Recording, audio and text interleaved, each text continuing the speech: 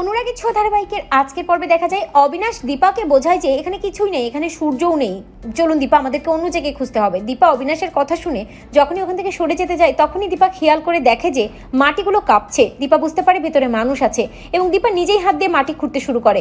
অবিনাশ, কৃষ্ণ সবাই মাটি খুঁড়তে শুরু করে। একটা সময় সূর্যের পায়ের আঙুল দেখতে পায় দীপা এবং বুঝতে পারে ভেতরে সূর্য আছে। ভালো করে মাটিগুলো সরানোর পর সূর্যকে দেখে চমকে যায় দীপা। দীপা সূর্যকে জড়িয়ে ধরে কাঁদতে থাকে এবং সূর্যকে নিয়ে এক্ষুনি যে হসপিটালে যেতে হবে তা দীপা বুঝতে পারে।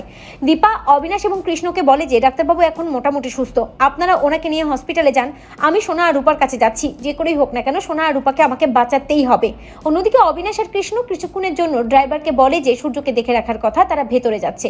অপরদিকে দেখা যায় যে সোনা আর রূপাকে ওই মেয়েদের মতো করে সাজিয়ে কিচেনে নিয়ে যাওয়া হয় এবং সেখানে অন্যান্য লোকজন আসে, তাদের কাছে সোনা আর রূপাকে বিক্রি করে দেওয়ার সব ব্যবস্থা চলতে থাকে। কিন্তু একটা সময় রূপা পাশের মরিচের গুঁড়ো দেখতে পায় এবং ওই গুঁড়োটা অন্যদের চোখে ছিটিয়ে দিয়ে ওখান থেকে সোনার হাত ধরে পালিয়ে চলে আসে এবং বাইরে দিয়ে দৌড়াতে থাকে সোনা আর রূপা। অপরদিকে সেখানে দীপাও চলে আসে এবং দীপা বুঝতে পারে সোনা আর রূপা পালিয়ে গেছে, কারণ ওই যমুনা মাসি তার লোকজন নিয়ে দৌড়াতে থাকে। হঠাৎ দীপা একজন বহুরূপীকে দেখতে পায় এবং দীপা বুঝতে পারে তাকে ছদ্মবেশ নিতে হবে, তাই দীপা মা কালীর মতো করে সাজে এবং দীপা ওই কালপিটদের খুঁজতে শুরু করে। অন্যদিকে দেখা যায় কুন্তলা রুডিকে বলে, রুডি অনেক হয়েছে, অনেক কিছু করেছো বোকামি করে, আর হবে না, এভাবে কোনো কিছু হবে না, চলো আমরা এক্ষুনি এখান থেকে চলে যাই, নয়তো দীপা কিন্তু আমাদের ঠিক খুঁজে বের করবে। কিন্তু রুডি তার মাকে বলে, না মম, আমাকে অন্যভাবে খেলতেই হবে, ওই দীপা সেনগুপ্তকে আর ওই সেনগুপ্ত পরিবারকে আমাকে শেষ করতেই হবে। এই বলেই কুন্তলার গাড়ি থেকে রুডি নেমে যায় এবং ওই যমুনা মাসির লোকজন যেখানে সোনা আর রূপাকে খোঁজাখুঁজি করতে থাকে সেই জায়গাটাতেই রুডি যায়। অন্যদিকে সোনা আর রূপাকে যমুনা মাসির লোকজন ঘিরে ফেলে এবং রুডিও সেখানে হাজির হয়ে যায়। দীপা মা কালী হয়ে শেষ মুহূর্তে হাজির হয় এবং দীপা রুদ্রমূর্তিতে ওই গুন্ডাগুলোকে আচ্ছা মতো ধোলাই করতে থাকে।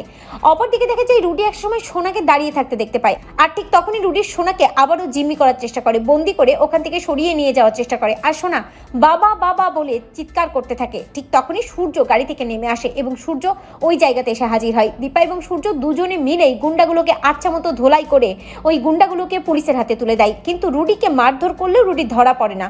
রুডি দেখতে পায় সূর্য এবং সোনা এক জায়গায় দাঁড়িয়ে আছে। রুডি হাত থেকে ইঞ্জেকশনটা বের করে এবং সূর্যর কাঁধে ইঞ্জেকশনটা আবার পুশ করে, সূর্যকে অসুস্থ করে ফেলে এবং গুন্ডাদের দিয়ে সোনাকেও কিডন্যাপ করে ফেলে।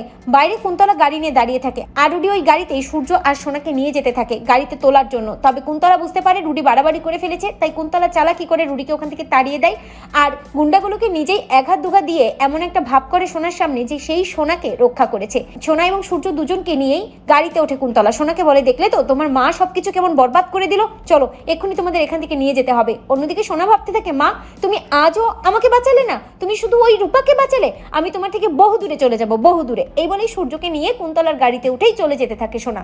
অপরদিকে দীপা হঠাৎ করে খেয়াল করে দেখে সোনা এবং সূর্য ওই জায়গায় নেই। দীপা চারদিকে খুঁজতে থাকে কিন্তু কোথাও পায় না। তো বন্ধুরা, তোমরা এটাই চাও তো যে সোনা যেন নিজের ভুলটা বুঝতে পারে? কমেন্ট করে জানাতে ভুলো না।